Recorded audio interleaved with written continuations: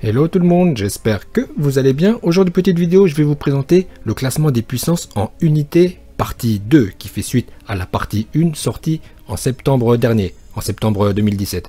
Alors pour la partie 1, c'était pas trop compliqué car nous avons tous les chiffres soit dans les Daizenshu ou dans le manga.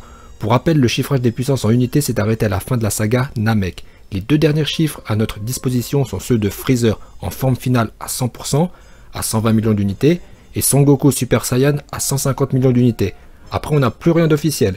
Et ce que je vais faire, c'est continuer le chiffrage des puissances en unités jusqu'à la fin de la saga Cell. Tout comme ma précédente vidéo, je vais également parler des 470 millions de couleurs et des 1,7 milliard de Broly, chiffrés par le magazine V-Jump. Alors, sur quoi je vais me baser pour établir mon classement? Eh bien tout d'abord, avec du bon sens. Le Vegeta vaincu par Cell ne peut pas être plus fort que Goku et Gohan Full Power. Donc ça, c'est pour la partie cohérence, on va dire. Ensuite, pour être un tantinet précis dans les chiffres, ma base sera les 30 millions d'unités séparant Freezer de Goku. Freezer en forme finale à 100% est à 120 millions d'unités et Son Goku Super Saiyan est plus fort que lui de 30 millions d'unités.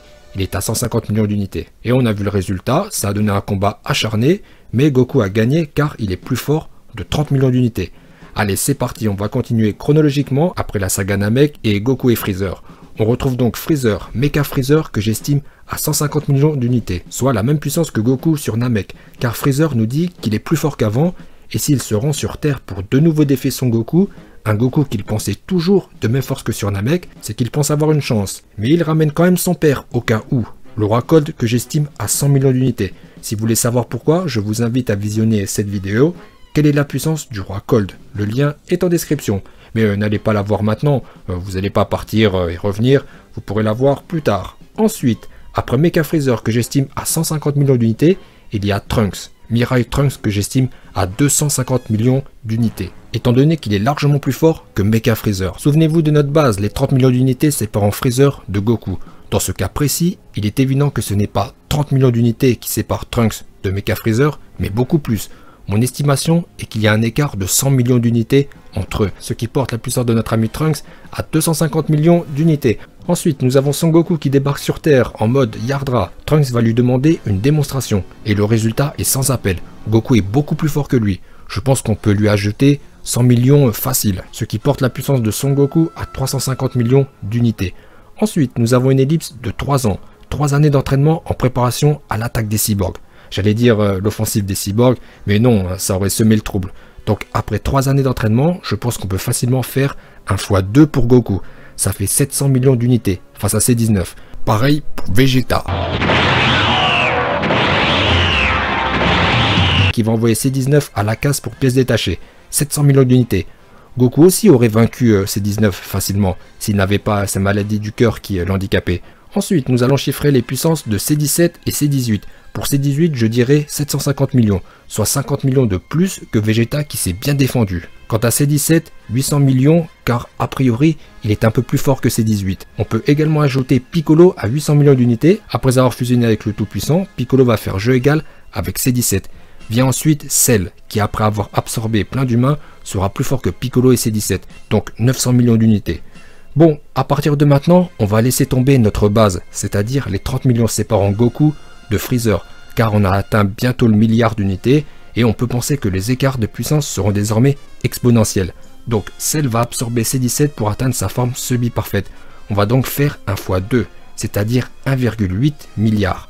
Après s'être entraîné dans la salle du temps et de l'esprit, Vegeta va mettre une raclée à Cell, j'estime sa puissance à 2,5 milliards. Alors, je ne vais pas faire une estimation de Trunks en Super Saiyan Daisan Dankai, car je ne voudrais pas vous sortir un chiffre au hasard. Déjà que je spécule à mort, avec peu d'éléments tangibles, mais juste du bon sens, comme placer Vegeta devant Cell, etc.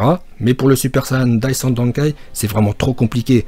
On sait que cette forme déploie une énergie colossale, mais nous n'en connaissons pas l'envergure. Voilà pourquoi je ne vais pas chiffrer la puissance de Trunks en mode super musclé. Continuons, Cell va absorber C18 pour atteindre sa forme parfaite, Perfect Cell, dont j'estime la puissance à 4 milliards d'unités. Alors ce chiffre doit être supérieur à Vegeta, Son Goku et Son Gohan Full Power, et inférieur à Gohan SSJ2, tout en sachant que le Super Saiyan 2 multiplie la puissance de base par 100, contre 50 pour le SSJ1, en gros ça fait 1 x 2. Si on multiplie la puissance de Gohan Full Power par 2, on a la puissance de Gohan SSJ2, et il faut que ce chiffre soit supérieur aux 4 milliards de sel. Allez, c'est reparti. Vegeta passe désormais à 3 milliards d'unités. Je l'avais estimé à 2,5 milliards lors de sa raclée face à Cell, mais il s'est encore entraîné en préparation du Cell Game, donc 3 milliards d'unités, tout comme un petit Cell. Vient ensuite Son Goku Full Power à 3,5 milliards où il a livré une belle prestation face à Cell. Et enfin Sangohan qui est plus fort que son père en termes de puissance brute d'après Kaiô, et Piccolo déclara qu'il est le plus fort d'entre nous. J'estime donc sa puissance à 3,6 milliards d'unités. Très bien, maintenant on va avoir la puissance de Gohan SSJ2. Il suffit de faire x2, ça fait 7,2 milliards d'unités, contre 4 milliards pour Perfect Cell, ce qui fait de lui le boss de Dragon Ball Z, saga Cell bien sûr. Car vous doutez que si on continue sur cette voie avec la saga Buu, on a des chiffres juste ouf. Imaginez Goku SSJ3, Majin Buu, Végéto, là faut carrément multiplier la puissance de Son Goku à celle de Vegeta.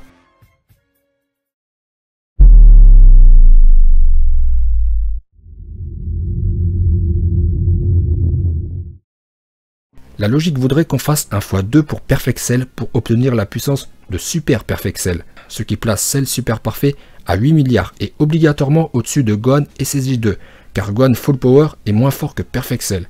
Or le consensus, toutes les analyses, dont la mienne, placent Gohan SSJ2 plus fort que Super Perfect Cell s'il y avait eu un combat équitable entre eux. Alors comment peut-on expliquer cette pseudo-incohérence?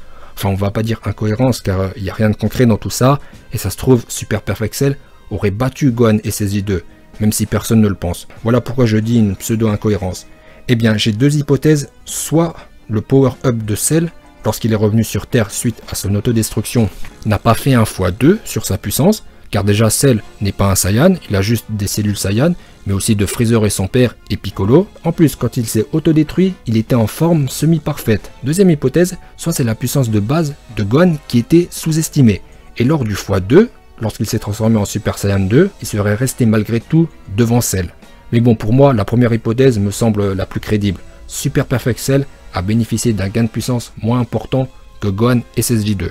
Écoutez, cette vidéo arrive bientôt à son terme, j'espère qu'elle vous aura plu. Bon, c'était vraiment de la spéculation pure et dure, mais j'ai quand même essayé de rester cohérent en ce qui concerne les 470 millions de couleurs et les 1,4 milliard de Broly, et les 2,5 milliards de Gogeta, chiffrés par le magazine V-Jump à l'occasion de la sortie de Dragon Ball Z Budokai 3 sur PlayStation 2 en 2004. Bon, vous avez bien vu que je ne suis pas du tout d'accord avec ces chiffres. Vous savez que la fusion multiplie les puissances. Donc là, on ne parle pas de x2, mais de multiplier un chiffre de plusieurs milliards avec un autre chiffre de plusieurs milliards. Et les 2,5 milliards de Gogeta me semblent très largement sous-évalués. Et surtout, l'écart est trop faible par rapport à Broly et Couleur. Voilà pourquoi j'estime les chiffres du magazine V-Jump erronés. Alors les miens sont probablement aussi erronés, mais je pense qu'ils reflètent plus la réalité. Écoutez, dites-moi si vous voulez la suite de la vidéo avec la saga Buu. Bon, ça paraît assez compliqué car là on grimpe vraiment très haut dans les échelles de puissance.